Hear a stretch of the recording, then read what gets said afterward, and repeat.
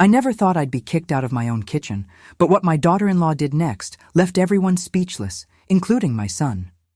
Stay with me, because the real shocker is still to come. You know, I always thought my kitchen was my sanctuary, my little slice of heaven, where I could whip up a mean lasagna or sneak a cookie without anyone judging me. It's the one place in the house where I feel completely at ease, surrounded by the familiar clatter of pots and the comforting aroma of simmering sauce. I've spent years perfecting my recipes, collecting mismatched mugs, and organizing my spice rack just so. My kitchen is more than just a room. It's a reflection of me, my history, and all the love I've poured into my family over the years. But last Sunday, that all changed, and not in a way I ever expected. It started out like any other Sunday. The sun was shining, the birds were chirping, and I was looking forward to a quiet afternoon. I'd just finished folding the laundry and was heading to the kitchen, thinking I might treat myself to a cup of tea, and maybe, just maybe, a slice of that chocolate cake I'd hidden behind the broccoli in the fridge. Don't judge, sometimes a woman needs her secret stash. As I rounded the corner, I expected to find my son, Mark, maybe raiding the fridge for leftovers or sneaking a handful of grapes. Instead, I was greeted by a scene straight out of a cooking show, if the cooking show was hosted by a drill sergeant. There, in the middle of my kitchen, was my daughter-in-law, Jessica. She was surrounded by pots, pans, and enough groceries to feed a small army. Bags of onions, tomatoes, and bell peppers were scattered across the counter. My best wooden spoon was clutched in her hand like a magic wand, and she was barking orders at my poor stand mixer, which was whirring away at top speed. The air was thick with the smell of garlic and something else I couldn't quite place, maybe cumin? And the sound of chopping, sizzling, and Jessica's voice filled the room. I stood there for a moment, taking it all in. My kitchen, my sanctuary, had been transformed into a bustling command center, and I hadn't even been consulted. I cleared my throat, trying to get her attention. "Jessica, what's going on here?" I asked, doing my best to keep my tone light, though I could feel a knot forming in my stomach. She didn't even look up from her chopping. "I'm cooking for my family tonight." "Please, get out of my kitchen now," she said, as if it were the most natural thing in the world. The words hung in the air, sharp and unexpected. For a moment, I wondered if I'd misheard her. My kitchen? Get out? Was this some kind of joke? I glanced around, half expecting Mark to pop out from behind the pantry with a sheepish grin, ready to say, "Just kidding, Mom." But no, he was nowhere to be seen. It was just me, Jessica, and the chaos she'd unleashed. I tried to process what was happening. Wait, her kitchen? In my house? Did I miss a memo? Is there a new law that says mothers-in-law are banned from their own kitchens? I mean, I know times are changing, but this was a bit much. I took a step closer, trying to assert some authority. "Jessica, I appreciate that you want to cook, but this is my kitchen. Maybe we can work together?" I offered, hoping to diffuse the tension. But she just shook her head, barely glancing in my direction. "I have a lot to do, and I can't have anyone in my way. I need space." "Please, just go relax or something," she said, her tone clipped and final. Relax? In my own house while someone else took over my kitchen? The nerve! I felt a mix of emotions, confusion, frustration, and if I'm honest, a little bit of hurt. I've always tried to be a good mother-in-law. I bite my tongue when Jessica rearranges my living room or insists on bringing her own salad to family dinners. I even let her take over Thanksgiving last year, though it nearly killed me to watch her put marshmallows on the sweet potatoes. But this was a step too far. I hovered in the doorway, unsure of what to do. Part of me wanted to stand my ground, to remind her whose name was on the mortgage and whose recipes had been passed down for generations. But another part of me, the part that spent years trying to keep the peace, wondered if it was worth the fight. After all, it's just one meal, right? Maybe I could let it go, just this once. But as I watched Jessica commandeer my favorite saucepan and toss my carefully labeled spices into her bubbling pot, I felt something shift inside me. This wasn't just about dinner. It was about respect, about boundaries, and about not letting myself be pushed aside in my own home. I realized then that this was more than just a kitchen squabble. It was a battle for my place in the family. So I did what any self-respecting woman would do.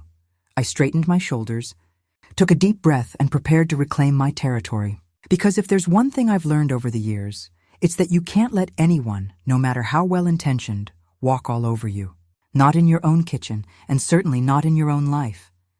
And as I stood there, watching Jessica stir her sauce with my spoon, I couldn't help but wonder, how did we get here? And more importantly, how was I going to get my kitchen and my dignity back?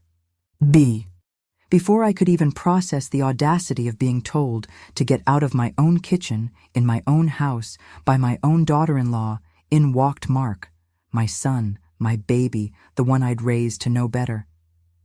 He strolled in with a grin on his face, clapping his hands like he was at a Broadway show, and the star performer had just hit her high note. "That's right, honey. Finally, someone put her in," he started, but he never got to finish that sentence. Because, as if the universe itself had decided to intervene on my behalf, the blender on the counter suddenly let out a sound like a jet engine and exploded.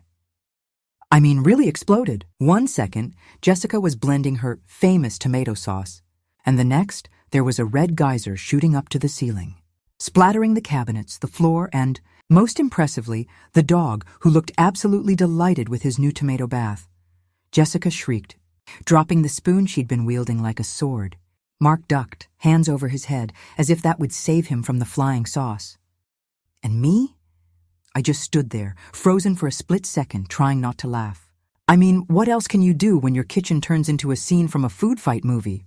There was tomato sauce dripping from the light fixture, pooling on the floor and running down the cabinets in slow, sticky rivers.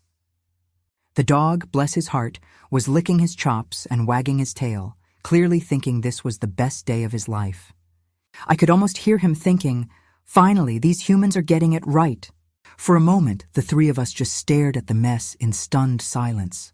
Jessica's face was a mix of horror and disbelief, her hands still raised in the air as if she could somehow stop the sauce from falling. Mark, ever the comedian, looked like he was about to make a joke, but one glance at my face must have told him now was not the time. And me? Well, I was trying to decide whether to laugh, cry, or just grab a mop and start cleaning. But underneath the chaos, there was something else brewing, a deep, unsettling fear that I was losing my place in my own home. You see, it wasn't just about the mess or even about Jessica's takeover of my kitchen. It was about the way Mark had clapped for her, cheered her on as if I was the villain in some family drama. I'd always prided myself on being a good mother-in-law, the kind who offered help but didn't meddle, who shared recipes but didn't insist on doing things my way. But in that moment, with tomato sauce dripping from the ceiling and my son applauding my exile, I felt like a stranger in my own house. Was I just a guest now, someone to be shuffled off to the living room while the real family took over? Jessica finally broke the silence, her voice trembling with frustration. "This is a disaster. I can't believe this happened. Your blender is ancient, Mom. Why don't you ever replace anything?" She shot me a look, as if the explosion was somehow my fault for not having the latest kitchen gadgets. I bit my tongue, resisting the urge to point out that my ancient blender had survived 3 decades of family dinners, birthday cakes, and holiday feasts without ever once erupting like Mount Vesuvius. But I could see she was embarrassed and maybe a little overwhelmed, so I just nodded and reached for a towel. Mark, ever the peacemaker when things got sticky, literally and figuratively, grabbed a roll of paper towels and started dabbing at the dog, who was now rolling on the floor in pure tomato bliss. "Well, that's one way to add flavor," he joked, trying to lighten the mood. Jessica shot him a glare that could curdle milk, and he wisely turned his attention to the cabinets instead. As I wiped sauce from the counter, I couldn't help but think back to all the times I'd cleaned up messes in this kitchen. Spilled milk, flour explosions, the time Mark tried to make pancakes for Mother's Day and ended up with batter on the ceiling. Each mess had been a memory, a story we'd laugh about later. But this mess felt different. It felt like a turning point, a moment when the balance of power in my own home had shifted, and I wasn't sure how to get it back. I glanced at Jessica, who was now frantically scrubbing the floor, muttering under her breath about ruined dinners and impossible mothers-in-law. I wanted to reach out, to tell her it was okay, that kitchens are meant to be messy and that family is about more than who's in charge. But I also wanted to stand my ground, to remind her and Mark that this was still my home, my kitchen, and I deserved a little respect. As we worked together in awkward silence, I felt my heart pounding in my chest. Was this what it meant to get older? To slowly fade into the background while the next generation took over? Was I destined to become a guest in my own life, watching from the sidelines as others made the decisions? The thought filled me with a mix of fear and determination.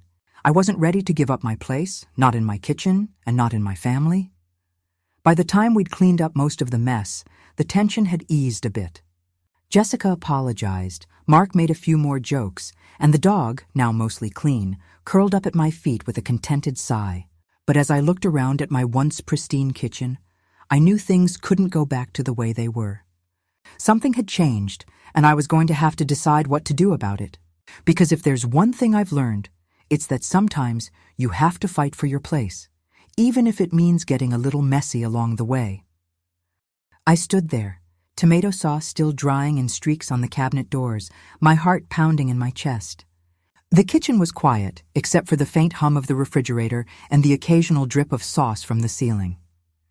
Jessica was standing across from me, arms crossed, her jaw set in that stubborn way I'd come to recognize over the years. Mark hovered near the sink, looking like he'd rather be anywhere else, maybe even back in the blender's line of fire. I took a deep breath, feeling the weight of the moment settle on my shoulders. This wasn't just about a ruined dinner or a messy kitchen. This was about respect, about boundaries, about the invisible lines that run through every family and every home. I knew I had to say something, and I knew I had to say it right. "Jessica," I began, keeping my voice as calm as I could manage, "I appreciate you wanting to cook for your family. I really do, but this is my kitchen, my pots, my food, and if you want to use it, you need to ask." The words hung in the air, heavier than I expected. I could see the flicker of surprise in her eyes, quickly replaced by a flash of defiance. She straightened her back, her arms tightening across her chest. "Well, maybe it's time you let someone else take over," she shot back, her voice sharp and unwavering. Oh, the nerve! I could feel my blood pressure rising, my cheeks getting hot. For a split second, I wanted to snap back, to remind her that I'd been running this kitchen since before she was born, that I'd cooked more meals and cleaned up more messes than she could possibly imagine. But then, like a whisper from the past, I heard my mother's voice in my head. "You catch more flies with honey than vinegar." She'd always been the peacemaker in our family, the one who could turn a brewing storm into a gentle rain with just a few kind words. I took another deep breath, letting her wisdom settle me. So instead of raising my voice, I smiled. Not a forced, tight-lipped smile, but a real one, the kind that says, "I see you, and I'm willing to meet you halfway. How about we cook together?" I suggested, my tone light but sincere. "You show me your recipe, I'll show you mine. Maybe we'll both learn something." For a moment, Jessica just stared at me, her eyes searching my face for any sign of sarcasm or condescension. Mark looked like he wanted to disappear into the floor, his gaze darting between us as if he was watching a tennis match. The silence stretched on, thick and uncomfortable. I could feel the tension in the air, the unspoken words and old resentments swirling around us. But I held my ground, refusing to let anger or pride get the better of me. Finally, Jessica's shoulders dropped just a little, and she let out a long, shaky breath. "Fine," she said, her voice softer now. "But we're doing it my way." I grinned, feeling a wave of relief wash over me. "Deal," I replied, rolling up my sleeves. "But you're going to have to teach me how to use that fancy food processor of yours. Mine's more of a relic than a tool at this point." We set to work side by side, the awkwardness slowly melting away as we chopped, stirred, and tasted. Jessica showed me how to make her family's secret meatball recipe, complete with a pinch of cinnamon and a splash of red wine. I taught her the trick to my lasagna, layering the noodles just so, and always using fresh basil. We laughed when the dog tried to steal a meatball off the counter, and we rolled our eyes in unison when Mark offered to supervise from the safety of the dining room. As we cooked, I found myself watching Jessica in a new light. She was determined, yes, and maybe a little bossy, but she was also passionate and creative. She cared deeply about her family, about making meals that brought people together. I realized that, in her own way, she was trying to carve out a place for herself, just as I had done all those years ago when I first married Mark's father and inherited this very kitchen. maybe we weren't so different after all. At one point, as we layered the lasagna, Jessica glanced over at me, her expression softer than I'd seen it in a long time. "You know, I always wanted to learn how you make your sauce," she admitted, almost shyly. "Mark talks about it all the time." I smiled, feeling a lump form in my throat. "Well, it's about time I passed it on," I replied, handing her the wooden spoon. "Just don't tell anyone my secret ingredient." She grinned, and for the first time, I saw a glimmer of friendship in her eyes. By the time we finished, the kitchen was a mess again, but this time it felt different. The air was lighter, the tension gone. Mark wandered back in, sniffing the air appreciatively. "Smells amazing," he said, giving us both a sheepish smile. "Maybe you two should team up more often." Jessica and I exchanged a look, and for the first time, I felt a sense of hope. Maybe this was the start of something new, a partnership, a truce, maybe even a friendship. As we sat down to eat, I realized that sometimes the hardest battles lead to the sweetest victories. I hadn't lost my place in my home. I just found a new way to share it. And as I watched Jessica take her first bite of lasagna, her eyes lighting up with delight, I knew my mother was right. A little honey goes a long way. We spent the next hour cooking side by side, and I have to say, it was nothing short of a comedy show. If you've ever tried to share a kitchen with someone who has their own way of doing things, you know exactly what I mean. Jessica and I were like two conductors trying to lead the same orchestra, her with her high-tech gadgets and me with my trusty old wooden spoon. At one point, she tried to show me how to use her fancy food processor, and I nearly sent a handful of parsley flying across the room. She laughed so hard she had to lean against the counter, and I couldn't help but join in. It was the first time in a long while that we'd both let our guards down, and it felt good, like a breath of fresh air after a summer storm. Of course, it wouldn't be a true family cooking session without a few more mishaps. The dog, who had already made out like a bandit with the tomato sauce, managed to snag a second helping of meatballs when Jessica turned her back for just a second. I swear, that dog is smarter than half the people I know. Mark wandered in, trying to look helpful, but mostly just getting in the way. He offered to taste test every single thing we made, which I suspect was just an excuse to sneak bites before dinner. At one point, he tried to juggle 3 lemons and nearly took out the salt shaker. Jessica rolled her eyes, but I could see the smile tugging at the corners of her mouth. Even I had to admit, it was nice to see him acting like a kid again, if only for a moment. As the kitchen filled with the smells of simmering sauce and baking bread, something shifted between Jessica and me. The tension that had been simmering all afternoon seemed to melt away, replaced by a sense of camaraderie I hadn't felt in years. We swapped stories as we cooked, her tales of growing up in a bustling household with 3 sisters, my memories of learning to cook at my mother's side, flour dusting our noses and laughter echoing through the house. We compared notes on everything from the best way to chop an onion to the secret ingredient in her family's meatballs, a dash of cinnamon, if you can believe it. For the first time, I saw her not just as my daughter-in-law, but as a woman with her own history, her own traditions, and her own dreams for her family. By the time we pulled the lasagna out of the oven, the kitchen was a mess. Flour on the floor, sauce splatters on the stove, and a trail of breadcrumbs leading straight to the dog's bed. But none of us cared. We were too busy laughing, too busy savoring the moment. Jessica even admitted, with a sheepish grin, that my lasagna was better than her mother's. "Don't tell my mom," she whispered, and we both burst out laughing. It was a small victory, but it felt like a big one. For the first time, I felt like we were truly family, not just by marriage, but by choice. Mark, for his part, finally apologized for his earlier performance. He shuffled his feet, looking sheepish, and said, "Sorry, Mom, I shouldn't have clapped. And I definitely shouldn't have taken sides." I gave him a look that said, "You're not off the hook yet," and handed him a stack of dishes. "You're on dish duty tonight," I declared, and Jessica backed me up with a firm nod. He groaned, but I could see the relief in his eyes. Sometimes all it takes is a little humility and a lot of soap to set things right. As we sat down to eat, I looked around the table and felt a wave of gratitude wash over me.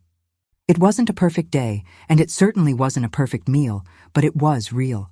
It was messy and loud and full of love, the kind of day that makes all the hard moments worth it. Jessica and I shared a smile over the lasagna, and I knew we'd turned a corner. We might still butt heads from time to time, but we'd found a way to meet in the middle, to share the kitchen and the family we both loved. After dinner, as Mark tackled the mountain of dishes and Jessica packed up leftovers for her family, I found myself thinking about all the women out there who've had to reclaim their space or their voice in their own homes. It's not easy, is it?